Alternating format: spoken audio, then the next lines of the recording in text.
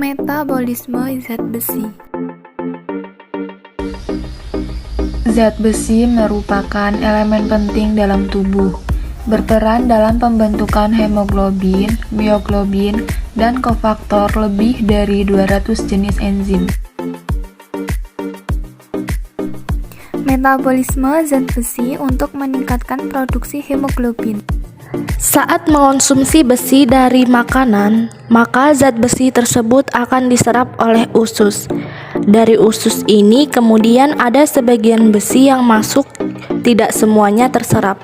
Hanya sekitar 1-2 mg besi yang berhasil masuk. Dari besi yang berhasil masuk, kemudian sebagian dibawa ke sumsum tulang. Dan ketika dibawa, sumsum tulang ini bertujuan untuk menjalani proses eritropoiesis atau pembentukan sel darah merah.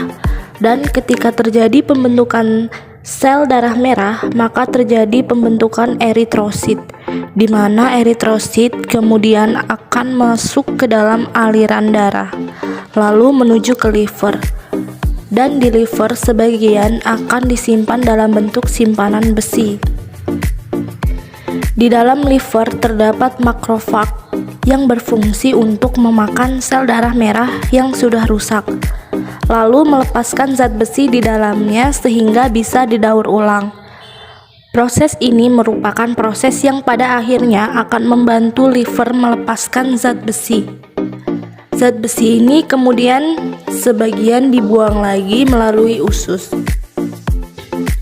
Dalam proses pengaturan sistem ini, circle ini bahwa dari usus akan menuju sumsum tulang, lalu sebagian 300 mg dan 110 mg ini akan digunakan untuk pembentukan sel darah merah. Sebagian lagi dibuat untuk tujuan lain. Jadi ini adalah bagaimana kita memanfaatkan zat besi untuk metabolisme tubuh manusia untuk kebutuhan yang dimiliki orang tersebut.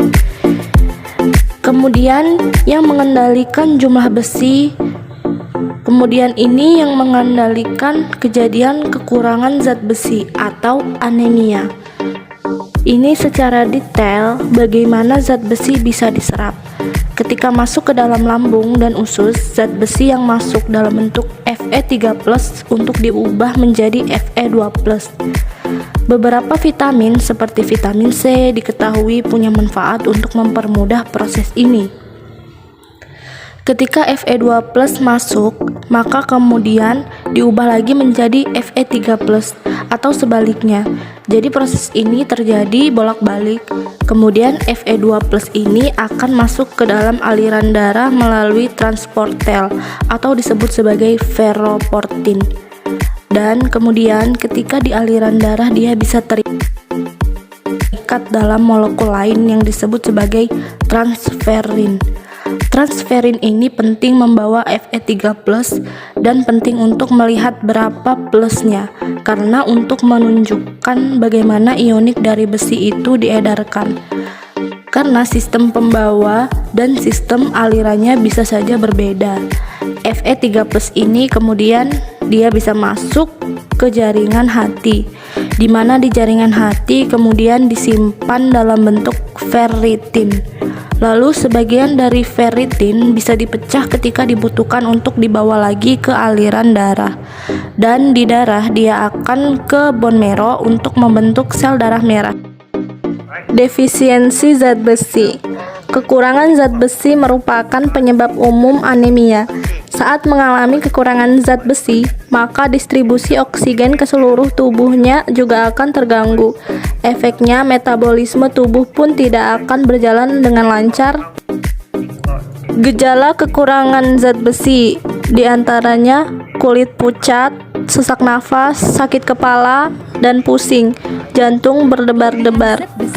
Yaitu seseorang yang mendapati di dalam tubuhnya terlalu banyak kandungan zat besi dapat mengalami beberapa komplikasi seperti penyakit hati, kanker kolon, masalah jantung, dan diabetes.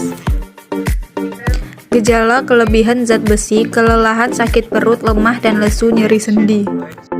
Sumber zat besi. terdapat dalam satu cangkir kacang lentil sebanyak 6,59 mg, satu cangkir bayam 6,43 mg, satu cangkir kacang merah 5,2 mg, 85 gram daging sapi sebanyak 5,24 mg, 85 gram tiram sebanyak 5,91 mg, 100 gram hati ayam sebanyak 15,8 mg, 100 gram telur sebanyak 1,3 sampai 3 mg.